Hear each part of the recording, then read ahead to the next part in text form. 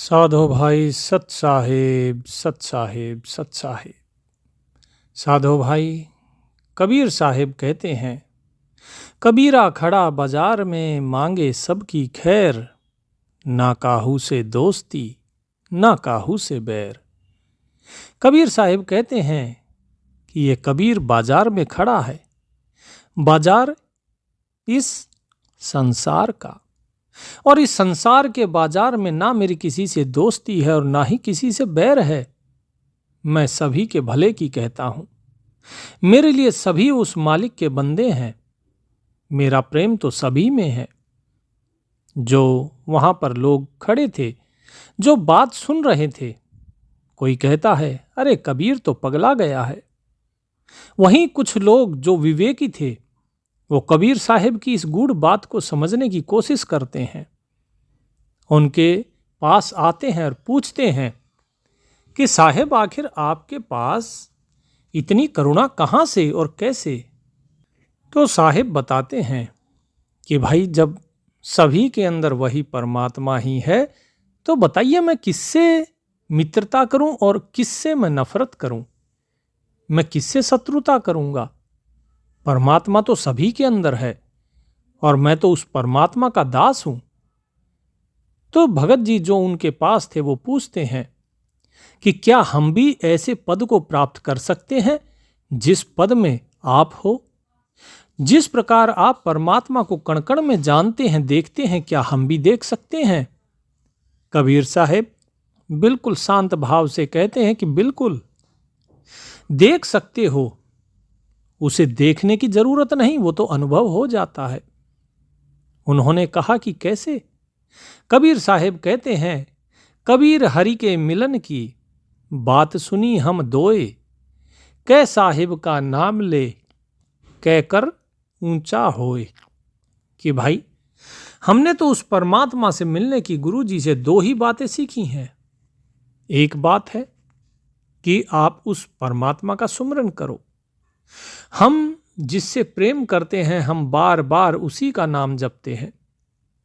अक्सर जब प्रेम बहुत गहरा हो जाता है तो चाहे व्यक्ति बेहोशी में क्यों ना हो, तब भी अचेत अवस्था में भी उसी का सुमरन करता है, उसी का नाम लेता है। वो मरते समय भी उसी को ही पुकारता है, क्योंकि उसकी आसक्ति उसी में होती है। जिसकी आसक्ति संसार में है वो इस संसार को पुकारेगा, और जिसकी आसक्ति परमात्मा में है वो परमात्मा को।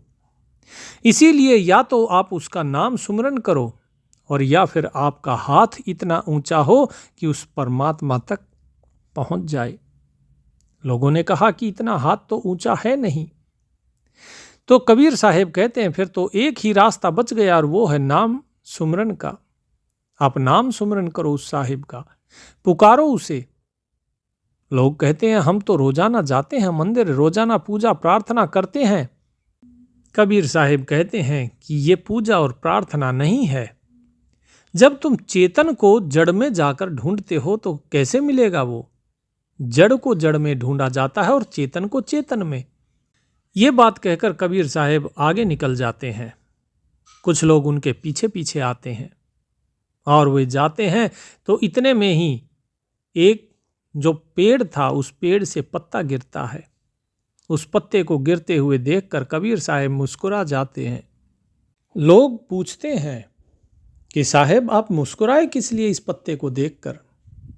कबीर साहब कहते हैं इस पत्ते ने बड़ी अद्भुत बात कही है इस वृक्ष से, और इस वृक्ष ने भी बड़ी अच्छी बात समझाई है इस पत्ते को।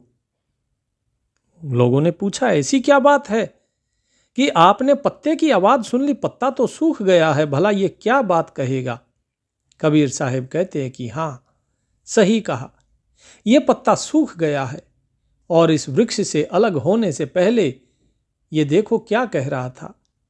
ये कह रहा था पात बोला वृक्ष से। कबीर साहब समझाते हैं लोगों को कि ये क्या कह रहा था, कि पत्ता बोला वृक्ष से, सुनो वृक्ष चितलाए, अब की बिछड़े ना मिले दूर पड़ेंगे जाए। कि हे वृक्ष मेरी बात सुनो ध्यान से, कि अगर इस बार बिछुड़ गए तो पता नहीं कब मिलना होगा, हम बहुत दूर जाकर पड़ेंगे, तुमसे बिछुड़ जाएंगे। और बदले में फिर वृक्ष कहता है, वृक्ष ने कहा इस पत्ते को, वृक्ष बोला पात से, सुनो पात मम बात, यही जगत की रीत है, एक आवे एक जात। कि यही तो जगत की रीति है, तुम दुख क्यों मनाते हो? यह संसार की रीत है कि इस संसार में एक आता है तो दूसरा जाता है। ये बात केवल पत्ते और वृक्ष की नहीं है भगत जियों, मेरे साधो भाई, ये बात है इस जगत के सत्य की। हम इस जगत के सत्य में ऐसे उलझे हुए हैं कि हमें पता ही नहीं चलता कि क्या करना चाहिए और कब क्या नहीं करना चाहिए। हम भूल जाते हैं कि एक दिन हम भी इस जगत रूपी वृक्ष से पत्ते की तरह अलग हो जाएंगे।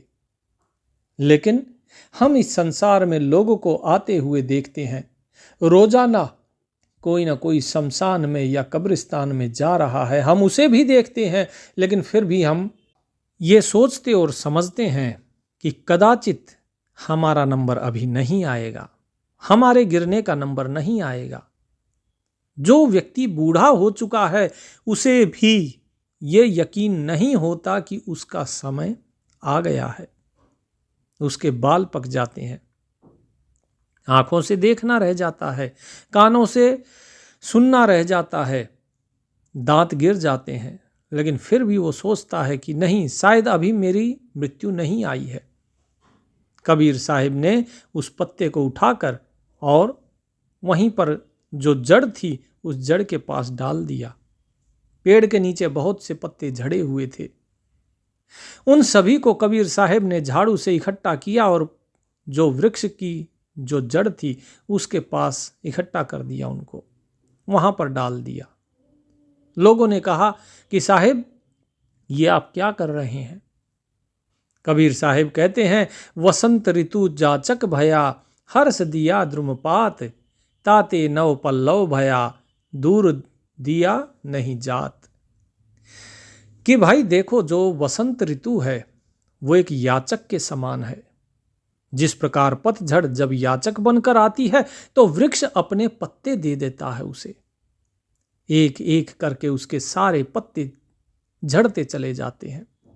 और जब वसंत ऋतु आती है तो वही जो पत्ते झड़े हुए थे वही खाद के रूप में इस वृक्ष को मिलते हैं और वही फिर दोबारा से इसी जो वृक्ष है, इस वृक्ष रूपी संसार पर फिर आ जाते हैं, पत्तों के, नए पत्तों के रूप में, पल्लव के रूप में। ठीक यही संसार का भी काम है कि ये जो जगत है, इस संसार रूपी जो वृक्ष है, इसमें जो पत्ते हैं, ये संसार के लोग हैं। ये एक एक करके गिरते जाते हैं, एक एक करके ये टूट रहे हैं और नए पत्ते आते जा रहे हैं। लेकिन एक समय ऐसा भी आएगा जब प्रलय होगी तो वो पतझड़ है और उस पतझड़ में समाप्ति हो जाएगी, जीवन की इस धरा से समाप्ति हो जाएगी। ये संसार रूपी वृक्ष अकेला खड़ा रह जाएगा। लेकिन जो भी पत्ते झड़ेंगे वे सभी फिर से जैसे इस वृक्ष पे दोबारा आ गए, ठीक इसी प्रकार जो भी जीवात्माएं यहाँ पर इस संसार में हैं वो फिर से जन्म धारण करेंगी, वो फिर से सभी शरीर धारण करके और इस संसार रूपी वृक्ष को फिर से हरा भरा कर देंगी। यही संसार का नियम है, जो इस वृक्ष का नियम है। तो भक्तों ने पूछा कि साहेब फिर हमें क्या करना चाहिए? कबीर साहब बोले कि मेरे साधो भाई, जो वृक्ष करता है वही आप करो। वृक्ष को ये पत्ते क्यों मिले, क्या आपने सोचा? लोगों ने कहा नहीं, ये तो पतझड़ में झड़ गए और झड़ गए तो इसे वापस मिल गए। कबीर साहब बोले क्योंकि पतझड़ याचक बन के आई और वृक्ष दानी बना, वृक्ष ने दान दिया, इसलिए जो भी तुम दोगे, साहिब ने जैसे बाणी कही, ताते नव पल्लव भया, दिया दूर नहीं जाए। कि जो तुम्हारा दिया हुआ है वो कभी दूर नहीं जाता है। ये संसार तो छूटना ही है, चाहे तुम्हारे पास धन दौलत कुछ भी हो या नहीं हो। जो भी चीज है वो सब यहीं पर छूट के रह जाएगी। तो क्या इससे बेहतर ये नहीं कि आप स्वयं ही छोड़ दो? यदि कोई व्यक्ति कहीं पर किसी की नौकरी करता है, चाकरी करता है, और वहां उसे सम्मान नहीं मिलता, रोजाना अपमान होता है, तो उसे क्या नौकरी छोड़ नहीं देनी चाहिए? त्याग देना ज्यादा अच्छा होता है, सम्मानजनक होता है, इससे पहले कि निकाल दिया जाए। बर्खास्त कर देने से इस्तीफा दे देना ज्यादा बेहतर और सम्मानजनक होता है।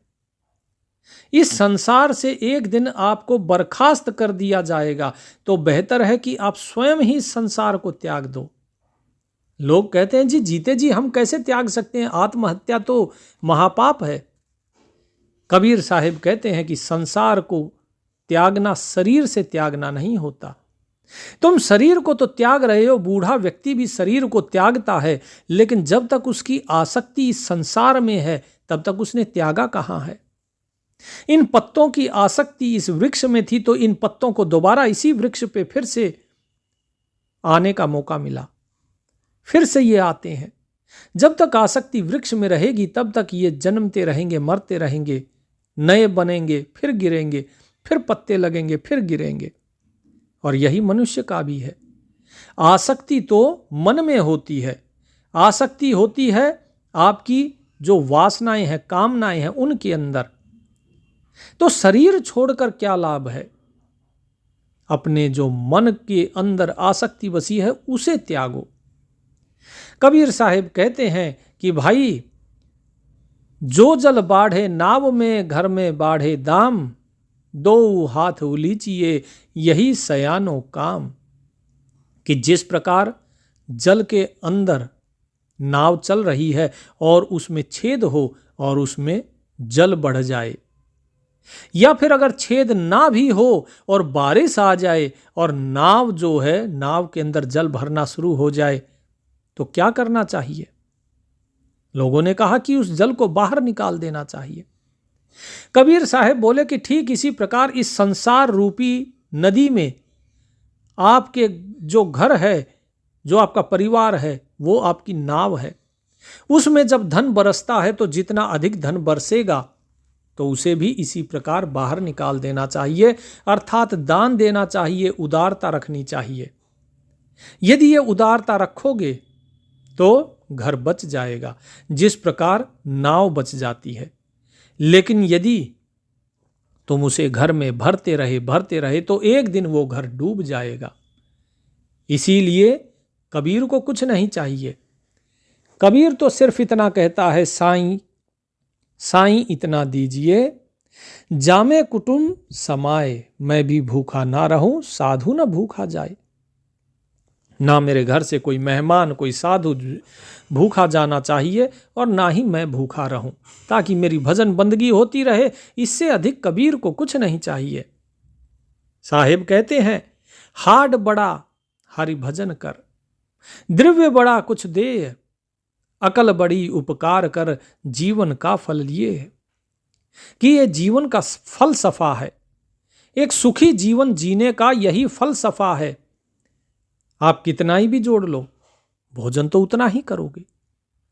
आप धन को भोग लो, जो आप भोग सकते हो, उसका संचय मत करो। जिसने धन का संचय किया वो डूब जाते हैं, और जिसने उसको भोगा वो उबर जाते हैं, वो पार हो जाते हैं। तो लोगों ने कहा, क्या धन का भोग करने से भी लोग पार होते हैं? कबीर साहब बोले, बिल्कुल। जो आपकी आवश्यकता है आप उसको भोगो, और जो अधिक है उसे दान दो। क्योंकि देखिए, भक्त तो तभी बड़ा होता है जब वो हरि का भजन करता है, तभी आपकी भक्ति बड़ी, नहीं तो आपकी भक्ति ओछी है। और जो धन है, धन की कोई कीमत नहीं है यदि उसे दान न दिया जाए। जब दान दोगे तभी आपको वो धन और ज्यादा बढ़कर मिलेगा। जिस प्रकार से एक जो वृक्ष होता है वो अपने पत्ते दान में देता है तो उसे और घने पत्ते मिलते हैं, वो और बड़ा होता जाता है। वृक्ष धीरे धीरे बड़ा होता जाता है। पहले वो नन्हा सा पौधा होता है, अंकुर से पौधा, पौधे से वो थोड़ा बड़ा वृक्ष होता है, फिर और भी बड़ा, क्योंकि वो दान दे रहा है। व्यक्ति का भी यही है कि वो भी तभी बड़ा बनता है जब वो दान देता है। धन भी तभी बड़ा है जब उसे दिया जाए, और भक्त भी तभी बड़ा है जब वो हरि का भजन करे। इसी प्रकार जो अक्ल होती है इंसान की, वो तभी बड़ी है जब वो उपकार करे। तो अब यहां पर देखिए, कबीर साहिब ने एक तो दान देने की बात कही है और एक उपकार की। तो यहां पर इनका भेद क्या है कि दान इस प्रकार से दीजिए ताकि उसमें अकल का समावेश हो, कि सोच समझ कर दीजिए। दान वही उत्तम होता है जिससे दूसरे पर उपकार हो। लेकिन यदि आप ये सोचे, अरे मैं लोगों को भोजन कराऊं, जिनका पेट पहले से भरा है उनको आप लड्डू, जलेबी, रसगुल्ले कुछ भी खिलाइए, वो आकर उसमें नुक्स निकाल कर चले जाएंगे। लेकिन जो व्यक्ति भूखा होगा उसे अगर सूखी रोटी भी दे देंगे तो वो आपका उपकार मानेगा, और कोई आपका उपकार नहीं मानेगा। जरा सोचिए, जब आप किसी के विवाह में जाकर खाकर आते हैं, क्या कभी आप उसका उपकार मानते हैं कि भाई बहुत बहुत धन्यवाद कि आपने हमें भोजन करा दिया? ऐसा कभी नहीं सोचते। तो साहिब कहते हैं कि अक्ल बड़ी, उपकार कर।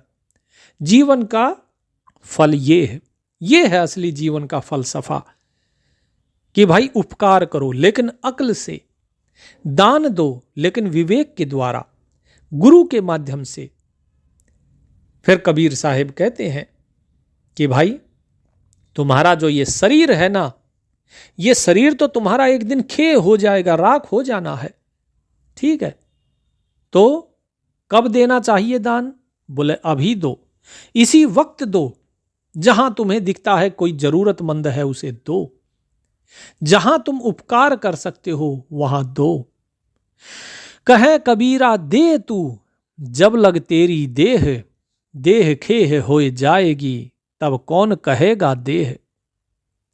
जब प्रश्न पूछते हैं भगत जी कि हमें उपकार करना चाहिए तो कब करना चाहिए और कब तक करना चाहिए, कबीर साहिब क्या कहते हैं कि तुम अभी दो। उपकार आज से, अभी और इसी वक्त से शुरू कर दो, और जब तक तुम्हारी ये देह, तुम्हारा शरीर है, तब तक उपकार करते रहो। लेकिन भाव क्या हो? भाव यही हो कि ये सब कुछ उस परमात्मा ने मुझे दिया है, मैं तो खाली हाथ आया था और खाली हाथ ही जाऊंगा। देने वाला परमात्मा है। इस वृक्ष के ऊपर जो पत्ते हैं वो परमात्मा ने इसे दिए हैं। ये वृक्ष पत्ते देता है तो इसे और पत्ते मिलते हैं। तो कहते हैं कि इसी प्रकार तुम समझो कि परमात्मा ने तुम्हें दिया है, अब ये तुम्हें इसलिए दिया है ताकि तुम लोगों को बांट सको। जब लोगों को बांटोगे तब तुम्हें और मिलेगा, और जब तुम्हारी ये देह, तुम्हारा शरीर राख हो जाएगा, तुम नष्ट हो जाओगे, समाप्त हो जाओगे, तब कौन देगा? कोई तुमसे मांगने आएगा क्या? नहीं ना। तो अब जो मांग रहा है उसे दो, जब तक ये शरीर है तब तक दो। साहिब कहते हैं गांठ होए सो हाथ कर, हाथ होए सो देह, आगे हाथ न बानिया, लेना होए सो ले। तो लोग क्या कहते हैं? बोले जी हमने तो अपना जो धन है वो भविष्य के लिए बचा रखा है। कबीर साहिब कहते हैं भविष्य? कौन सा भविष्य भाई? किस भविष्य के लिए बता रहे हो? क्या तुम जानते हो कि भविष्य क्या है? क्या तुम जानते हो आने वाले समय में क्या होता है? एक मनुष्य के अलावा क्या कोई और ऐसा जीव है जो गांठ बांध कर रखता है? कोई भी बता दो। कोई नहीं रखता। यह वृक्ष नहीं रखता, अपना फल तुम्हें दे देता है। कोई चिड़िया, पशु, पक्षी, कीड़े मकोड़े, सबको भोजन मिलता है, लेकिन कोई भी ऐसा नहीं जो गांठ बांध कर रखता हो। ये खेती नहीं करते, ये व्यापार नहीं करते, तो क्या परमात्मा इन्हें नहीं देता? जो देते हैं केवल उनको ही परमात्मा देता है, जो नहीं देगा उसे कुछ नहीं मिलेगा। इसीलिए तुम अपनी इस बुद्धि का जो तर्क है उसे त्याग दो कि तुम भविष्य के लिए बचा रहे हो। भविष्य केवल परमात्मा जानता है, तुम नहीं जानते हो। इसीलिए तुम दो, जो तुमने गांठ में बांधा हुआ है उसे अपने हाथ में लो, और जो तुम्हारे हाथ में है वो तुम दान दो। क्योंकि जो तुम भविष्य के लिए बचा रहे हो, जिसने भी बचाया है वो सभी तो इस संसार से चले गए। रावण, जिसकी सोने की लंका थी, वो रावण भी चला गया। तो बताइए, क्या उस सोने की लंका का कुछ हुआ? कुछ भी नहीं होता, कितना ही तुम संपत्ति जोड़ लो। क्योंकि आगे जब जाओगे वहां पर ना तो कोई दुकान है और ना ही कोई बनिया है जो तुम्हारे इस धन का मोल लगाएगा, जो तुम्हारी संपत्ति का मोल लगाएगा। तो इसीलिए यदि तुम कुछ लेना चाहते हो तो इसी संसार में ले सकते हो, लेकिन लेने से पहले तुम्हें देना होगा। तो जब दोगे तभी बात बनेगी। और रही ये देह, जिस देह को तुम धारण किए हुए हो, इस देह का क्या गुण है तुम जानते हो? क्यों कहा जाता है इसे देह? ये शरीर है, लेकिन फिर भी इसे देह क्यों कहा जाता है? कि देह धरे का गुण यही, देह देह कछु देह, बहुर न देही पाइये, अब की देह सो देह। कि भाई इस देह को देह क्यों कहा जाता है? क्योंकि इस शरीर में ही तुम कुछ दे सकते हो, यही तो इसका गुण है। और यदि इस देह का अगर ये गुण भी तुमने इससे छीन लिया, फिर ये देह नहीं, फिर ये खेह हो जाती है, अर्थात राख हो जाती है, फिर ये मिट्टी ही रहती है। इसीलिए यदि आज तुमने नहीं दिया कुछ, इस जन्म में अगर तुम दान नहीं देते हो, तो क्या कहा, बहुर न देही पाइये, फिर तुम दोबारा इस देह को नहीं पाओगे। फिर कीड़े मकोड़े पशु पक्षी इन योनियों में जाओगे, वहां तुम्हें केवल भोजन ढूंढना है, अपना जीवन अपने प्राण बचाने हैं। लेकिन साहिब तो कर्म का कर्म फल देते हैं। अगर तुम दोगे नहीं तो पाओगे कैसे? कीड़े मकोड़े सबका पोषण वो परमात्मा करता अवश्य है, लेकिन कर्म का भी कर्म फल होता है। आज तुम दोगे नहीं तो कल को पाओगे नहीं, इसीलिए फिर भूखे मरना पड़ेगा। तुम्हें लगता है केवल इस जन्म की तुम बात कर रहे हो, तुम केवल इस समय की सोच रहे हो, लेकिन मैं तुम्हें अगले अनंत अनंत जन्मों के बारे में बता रहा हूं कि यदि आज तुमने दिया नहीं तो आगे तुम जो अनंतों अनंत युगों युग में जो देह धारण करोगे उसमें तुम्हें कुछ नहीं मिलेगा। गरीबदास महाराज भी इस वाणी को कहते हैं कि देते को हरि देत हैं, जहां तहां से आन, अन देवा मांगत फिरे, साहिब सुने न कान। कि जो देता है परमात्मा भी केवल उसी को देते हैं, और जो नहीं देता उसकी तो कभी परमात्मा कान पर जूं तक नहीं रेंगती, उसकी वाणी की परमात्मा के कान पर कान नहीं देता है, अर्थात ध्यान ही नहीं देता परमात्मा उसकी तरफ। क्योंकि ये तो कर्म का कर्म फल है, कर्म चक्र है, कर्म किया है तो भोगना होगा। यदि तुमने दान नहीं दिया और फिर भी परमात्मा अगर तुम्हें देगा तो वो पक्षपाती कहलाएगा, फिर तो कर्म चक्र बिगड़ जाएगा। वो तो सभी के लिए समान है। इसीलिए कबीर साहिब कहते हैं हमेशा उदार बनो, यही जीवन का फलसफा है, हमेशा दो। लोग कहेंगे हम कितना दें, हम क्या दें? अरे भाई, लेते समय तो लोग ये सोचते नहीं कि हम कितना लें, तब तो सोचते हैं जितना आ जाए उतना अच्छा है। तो फिर देते से क्यों, देते समय क्यों सोचते हैं कि हम कितना दें? आप गुरु को दीजिए, आप पशु पक्षियों को दीजिए, आप कीड़े मकोड़ों को दान कीजिए, जो भी आपको दिखे कि हां इसकी आवश्यकता है, आप वहां दान दीजिए। साहिब कहते हैं दान दिए धन ना घटे, नदी न घटियो नीर, अपनी आंखों देखिए यो कथ कहे कबीर। कि अपनी आंखों से देखो तुम। कर्ण जो था वो दानवीर था, हमेशा दान देता था। उस समय उससे चाहे उसका कोई राजपाट क्यों ना मांग ले, तब भी वो देता था। एक सूत पुत्र था, लेकिन फिर अंग देश का राजा बन गया।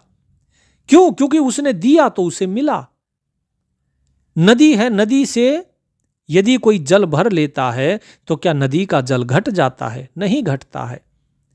कबीर साहिब कहते हैं अपनी आंखों से देखो और अपनी आंखों से देखकर समझो कि मैं जो कह रहा हूं वो सही है या नहीं है। तो एक भगत जी बड़ी देर से उनकी बातें सुन रहे थे, चुपचाप बैठे हुए थे। वे आकर कबीर साहिब के चरणों में बैठते हैं और पूछते हैं कि साहिब, ये दास तो बड़ा गरीब है, मैं तो रोजाना भिक्षा मांगता हूं और तब भोजन पाता हूं, मैं भला किसी को क्या दान दे सकता हूं? कबीर साहिब कहते हैं ऐसा तो जीवन में कोई है ही नहीं जो दान न दे सके। परमात्मा ने इस मनुष्य को समर्थ बनाया है, तुम्हें पुरुष कहा गया है। क्यों पुरुष कहा गया है? क्योंकि तुम पौरुष कर सकते हो, पुरुषार्थ कर सकते हो। इसीलिए ऐसा कभी ना कहना कि तुम किसी को दे नहीं सकते, ये तो मात्र एक बहाना है। जिस व्यक्ति को नहीं देना होता वो इस प्रकार के बहाने बनाता है। तो उस व्यक्ति ने पूछा कि साहिब फिर बताइए मैं क्या दे सकता हूं? कबीर साहिब ने कहा, सत ही में सत बाटई, रोटी में ते टूक, कहें कबीरता दास को कभू न आवे चूक। कि यदि तुम्हारे पास कुछ नहीं है तो सत्य तो है, तुम लोगों को सत्य तो बता सकते हो। क्या तुम लोगों को कोई सत्य ज्ञान नहीं दे सकते? यदि तुम्हारे पास ज्ञान है तो सत्य ज्ञान बांटो। यदि तुम्हारे पास ज्ञान नहीं है तो लोगों के प्रति हमदर्दी बांटो, लोगों को सांत्वना दो, दुख में दो मीठे वचन उन्हें बोलो। और रोटी यदि तुम्हारे पास है, तुम कहते हो कि मैं भिक्षा मांग कर खाता हूं, तो जो भिक्षा में रोटी मिलती है उस रोटी में से टुकड़ा तो बांट ही सकते हो।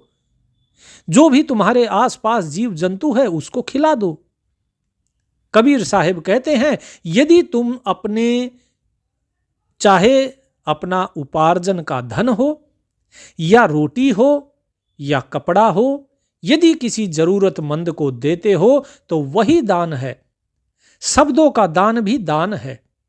तुम्हारे ही शब्दों से किसी का हृदय छलनी भी हो जाता है तो किसी के हृदय में शीतलता भी पहुंचती है, किसी को सुख भी मिलता है तो किसी को दुख भी होता है। तो कबीर साहिब कहते हैं कि देने वाले को यह नहीं देखना पड़ता कि किसको देना है और कितना देना है। सभी के अंदर वो परमात्मा है और जब सब में परमात्मा है तो परमात्मा के लिए क्या सोचना कि क्या देना और क्या ना देना। जो तुम दे सकते हो वही दे दो। ये सारी बातें बताते बताते कबीर साहिब एक बनिए की दुकान पर पहुंचे। जो बनिए की बेटी थी वो दुकान पर बैठी हुई थी। वहां पर जो लोग राशन लेने के लिए खड़े थे उनको देखकर कबीर साहिब रुक गए। भक्तों ने पूछा कि साहब आप यहां क्यों रुक गए? कबीर साहिब बोले कि देखो, ध्यान से देखो क्या चल रहा है। बोले जी वो लोग पैसे दे रहे हैं और राशन ले रहे हैं, आटा चावल दाल ये ले रहे हैं। कबीर साहिब बोले ध्यान से देखना। तो उन्होंने देखा कि जो लड़की थी वो 1 टके के बदले 1 सेर अनाज दे रही थी। 1 टका दिया तो 1 सेर अनाज, 2 टका जिसने दिया उसे 2 सेर अनाज मिल रहा था। लेकिन फिर लोगों ने देखा कि एक लड़का आता है कि जो 1 टका देता है, लेकिन उस लड़की ने उसे पहले 1 सेर अनाज दिया, फिर 1 सेर और दिया, फिर 1 सेर और दिया, और फिर जब 1 सेर और डालने लगे तो जिस व्यक्ति ने कबीर साहिब को यह कहा था कि ये तो अनाज ले रहे हैं, वही व्यक्ति जाता है और कहता है कि लड़की तुमने शायद गलती कर दी है, इसने तुम्हें 1 टका दिया है और तुमने इसे 4 सेर अनाज दे दिया है। कबीर साहिब उसे वापस बुलाते और कहते हैं कि तुम्हें लगता है कि उसने गलती करी? उस भगत ने कहा कि जी उसने गलती कर दी, लेकिन आपने ऐसा प्रश्न क्यों पूछा? कबीर साहिब ने कहा कि ये लड़की उस 1 टके के बदले नहीं दे रही थी, ये लड़की उसे ये दान, ये अनाज दे रही थी उसके प्रेम के बदले। क्योंकि जहां पर प्रेम होता है वहां पर कोई सीमा, वहां पर कोई नाप तोल नहीं चलता है कि हमें इतना ही देना है। इस लड़की से सीखो कि जब परमात्मा जो तुमसे इतना प्रेम करता है, जब वो सभी के अंदर है, हर एक के हृदय में विराजमान है, तो फिर ये क्यों सोचते हो कि हम किसे कितना दान दें, हम किसी को 1 पैसा दें, हम किसी को 1 धेला दें, या हम किसी को 1 दमड़ी दें, या हम किसी को 1 आना दें। सोचते बहुत हो, और जो चीज सोच कर की जाती है वो दान कभी भी निष्काम नहीं होता। दान भाव से दिया जाता है, दान प्रेम से दिया जाता है। दान उस याचक में परमात्मा को समझ कर दिया जाता है। जिस प्रकार से राजा बलि के सामने 52 रूप में याचक बनकर आए थे विष्णु जी, ठीक इसी प्रकार आप ये समझो कि तुम्हारे सामने याचक बन के परमात्मा खड़े हैं और उन्हें दान देना है। तो जो भी उनकी आवश्यकता है, उस आवश्यकता के अनुसार यदि आप दान दे सकते हैं तो दान दे दीजिए। यही है दान का नियम। दान में कोई नाप तोल नहीं होता कि किसी को हम इतना देंगे, किसी को इतना देंगे। क्या कर्ण ने कभी कोई नाप तोल रखा? दानवीर कहलाए। उन्होंने तो ये तक नहीं देखा कि मेरे कवच और कुंडल में दान कर रहा हूं तो इससे मेरे प्राणों की हानि होगी, फिर भी उन्होंने दान कर दिया। तो भगत जियों, इस संसार से तो सबको जाना है। तो इसीलिए मैं बार बार कहता हूं कि दान जब भी देते हो तो ये मत देखो कि सामने वाला जो तुमसे मांग रहा है उसे कितना देना है। परमात्मा का ही अस्तित्व उसके अंदर भी है, अंश उसके अंदर भी है। तो उस परमात्मा को दान दो कि हे मेरे मालिक, ये तेरा ही था और तेरा ही है, और उसे दान दे दो, क्योंकि तुम्हारे अंदर देने वाला भी वो परमात्मा ही है। तुम अपने अहम भाव से अगर दान दोगे तो दान निष्फल हो जाएगा। क्यों? क्योंकि तुमने उसमें अपनी मैं मिला दी। दान हमेशा निष्काम होना चाहिए, काम वासना से रहित होना चाहिए। इसी प्रकार ये उदारता ही मनुष्य का सबसे बड़ा गुण है। यदि तुम इस उदारता को भी ग्रहण कर लेते हो तो भी संसार से पार हो जाओगे। क्योंकि जिस प्रकार एक शराबी कहाँ जाता है, एक शराब की जो भट्टी होती है वहां जाता है, शराब पीता है। शराब के साथ साथ फिर उसको झूठ बोलना, जुआ खेलना, जुआ खेलने लगा, दुर्व्यसनों में पड़ा, वेश्यागमन करना, ये सारे विकार उसके अंदर स्वतः ही धीरे धीरे आने शुरू हो जाते हैं। ठीक इसी प्रकार जब आप किसी सच्ची राह पर चलते हो, किसी एक गुण को दृढ़ संकल्प के साथ अपना लेते हो, तो बाकी सभी गुण धीरे धीरे आपके अंदर अपने आप ही आने शुरू हो जाएंगे। इसीलिए मैं बार बार कहता हूं कि उदार बनो और उस परमात्मा को सब में देखो। अब आप लोगों को समझ भी आ गया होगा कि मैं क्यों कहता हूं कि कबीरा खड़ा बाजार में, मांगे सबकी खैर, ना काहू से दोस्ती, ना काहू से बैर। लोग उन्हें प्रणाम करते और कहते हैं, बोले हम समझ गए साहेब, अब हम समझ गए कि आपने ये दोहा क्यों कहा था। और कबीर साहिब आगे बढ़ जाते हैं। तो साध संगत जियो, इस चीज़ को आप भी समझिए, और जब इस चीज़ को अगर आपने समझ लिया तो आने वाला भविष्य आपका निर्मल और बढ़िया होगा। परमात्मा आप सभी का कल्याण करें। सत साहिब।